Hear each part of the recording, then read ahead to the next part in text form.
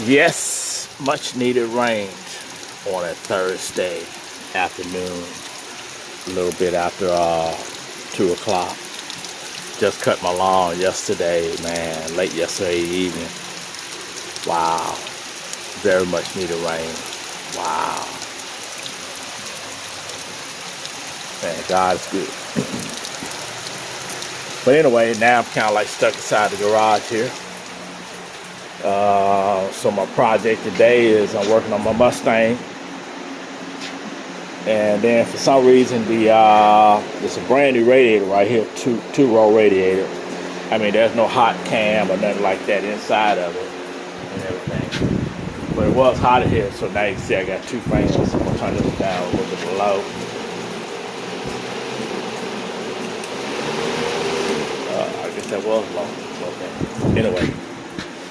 So what was happening was it was running a little too hot for me. So running like around almost like 215. And so what I had a couple of fans here that I had tried out.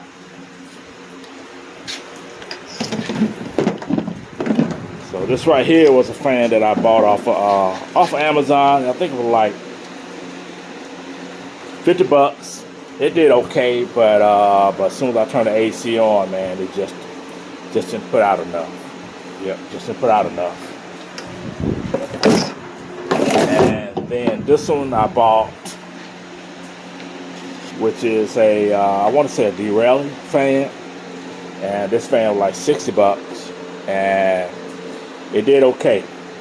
It kept it around 215, but still a little bit too hot for me. Okay, because the fuel injector 5.0 engines, thermostat normal operating temperature from the factory is 195. Okay, for fuel injection. All right, carburetor runs a little bit cooler. Carburetor you can put 180 because there's not computer control. Okay, for emissions. So I order a fan for a Ford Taurus so I did a lot of reviews, checked online, checked with people, and they all said, you get a Ford Taurus fan. So I ordered a new Ford Taurus fan from Amazon. So that should be coming in tomorrow. So I'm gonna put that in, see how that works. And if you can see right here where my finger is, I put a temperature gauge in there. Oh man, it was a job. So as you can see right here, I don't know if you can see it, but that's the temperature gauge there. So I'm gonna pop the door open right here for you real quick. Inside.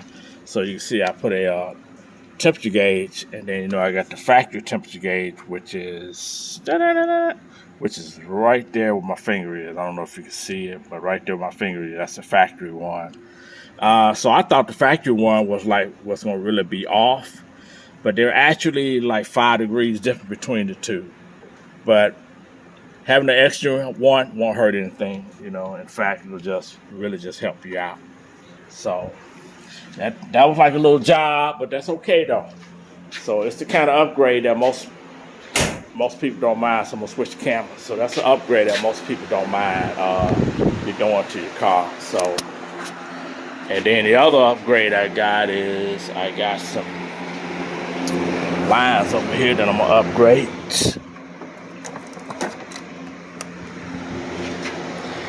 So what we're looking at right here is, I'm gonna switch the camera real quick to check it out. So right here, what I got is some Russell braided high pressure brake lines. So people will be like, well, you just upgrade the brake hose. What difference is it gonna make? The difference is going to be how much the brake hose flexes under pressure. So that's why when you see high performance cars with Brembo brakes, carbon rotors, you're going to see these high pressure brake lines because they don't flex. So they keep the fluid pressure solid and consistent. So when you keep the fluid pressure solid and consistent, you can stop a lot quicker, and your brake fade won't be as bad. But that also depends on your rotors too. So we go down here. Slide the stuff back here.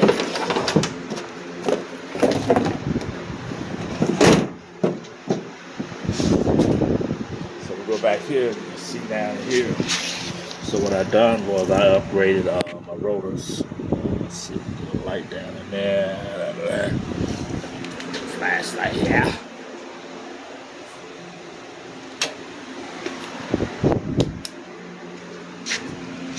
So you can see right down here, I upgraded my rotor system.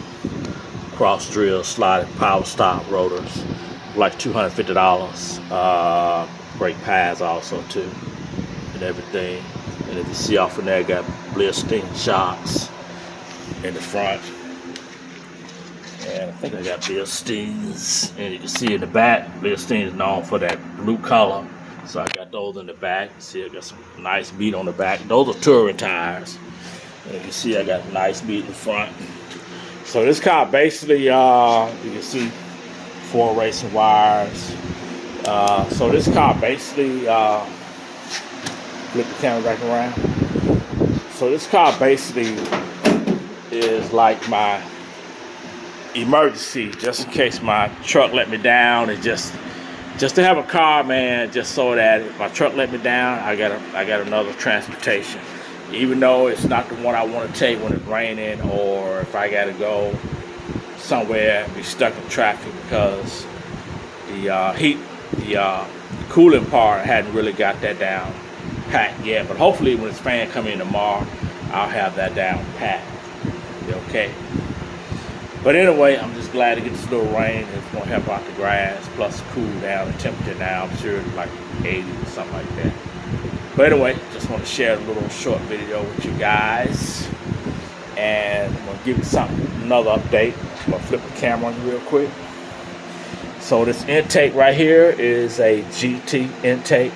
These are the intake that normally come on the Ford Explorer, so they flow more air. Okay. So this intake has been ported. And then if we go over here, hand this back up here. I don't want to put that on, but I'm soon. And then right down here with my finger touching that, that's the lower part of the intake. If you see right here, that's where the gasket is. Right between there's gasket. So right down there, you see the color differentiation between the top and then the bottom. That's the lower intake. So I ported that intake, I opened it up. And then if you see right down here, I got Mac headers. They're bigger than stock headers.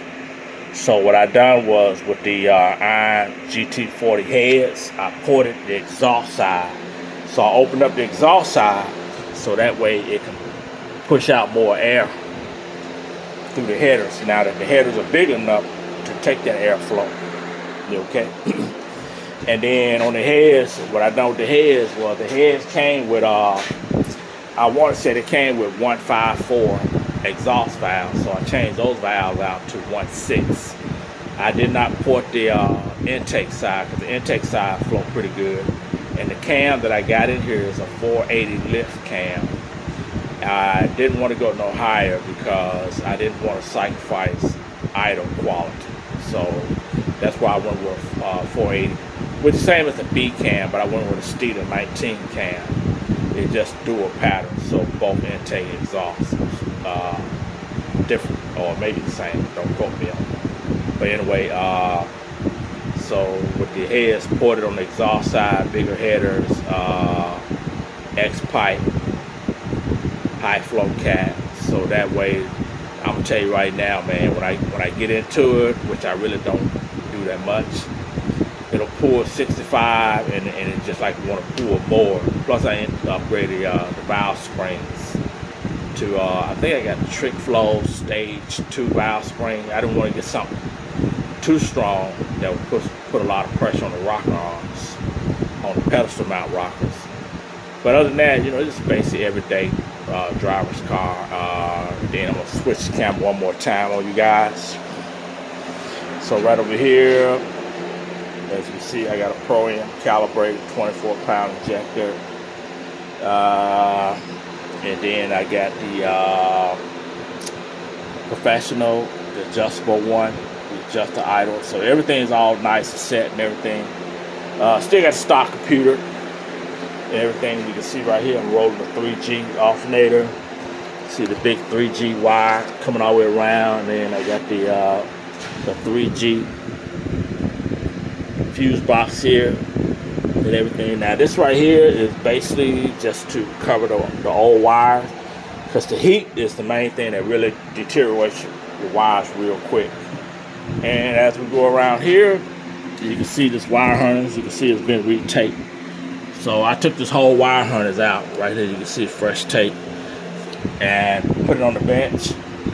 Went through every wire, test resistance, use a 12-volt test, and use a multimeter test to test the whole wire all the way back to the computer. So the whole wire harness been rebuilt.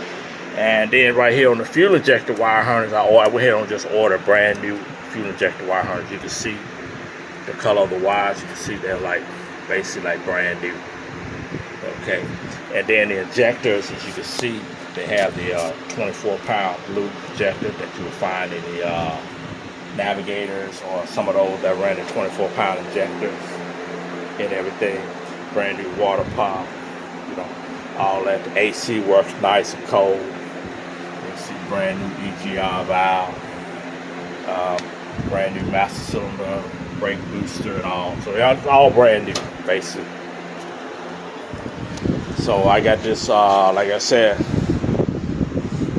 this car, like, just doing all the little basic stuff, you know. It's the kind of stuff that people don't mind those type of mods, you know, because they're not over the top, you know. So when you start this car, to the average person, they wouldn't even know it got a cam.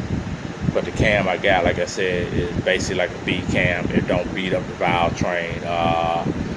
You don't really lose anything. You just gain more low end torque, a little bit high, a little bit more on the top end, so you get a little bit more